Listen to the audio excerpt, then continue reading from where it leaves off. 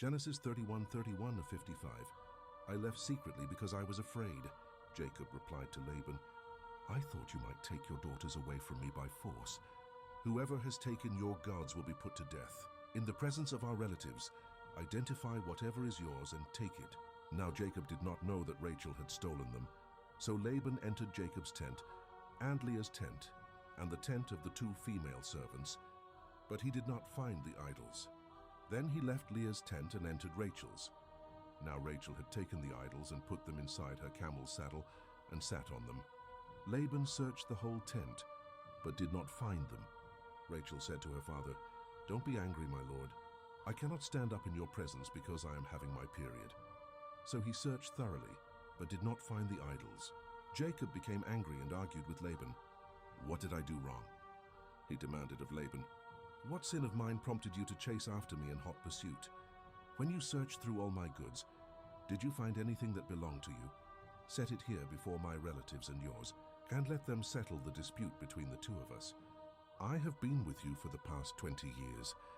Your ewes and female goats have not miscarried, nor have I eaten rams from your flocks.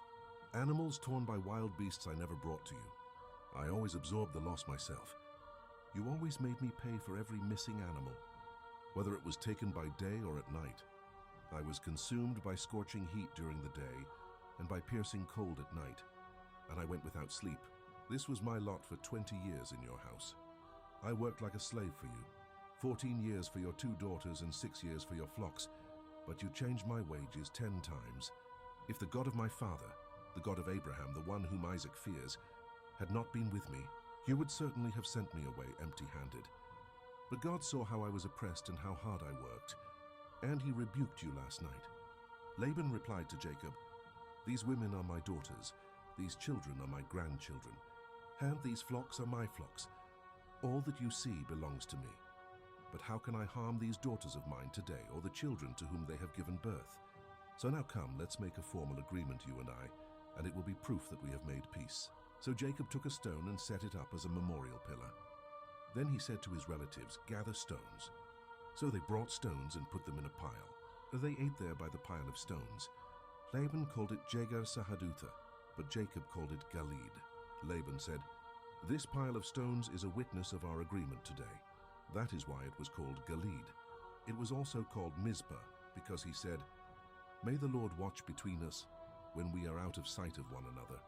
If you mistreat my daughters, or if you take wives besides my daughters, although no one else is with us, realize that God is witness to your actions. Here is this pile of stones and this pillar I have set up between me and you, Laban said to Jacob. This pile of stones and the pillar are reminders that I will not pass beyond this pile to come to harm you, and that you will not pass beyond this pile and this pillar to come to harm me. May the God of Abraham and the God of Nahor, the gods of their father, judge between us. Jacob took an oath by the God whom his father Isaac feared. Then Jacob offered a sacrifice on the mountain and invited his relatives to eat the meal. They ate the meal and spent the night on the mountain. Early in the morning, Laban kissed his grandchildren and his daughters goodbye and blessed them. Then Laban left and returned home.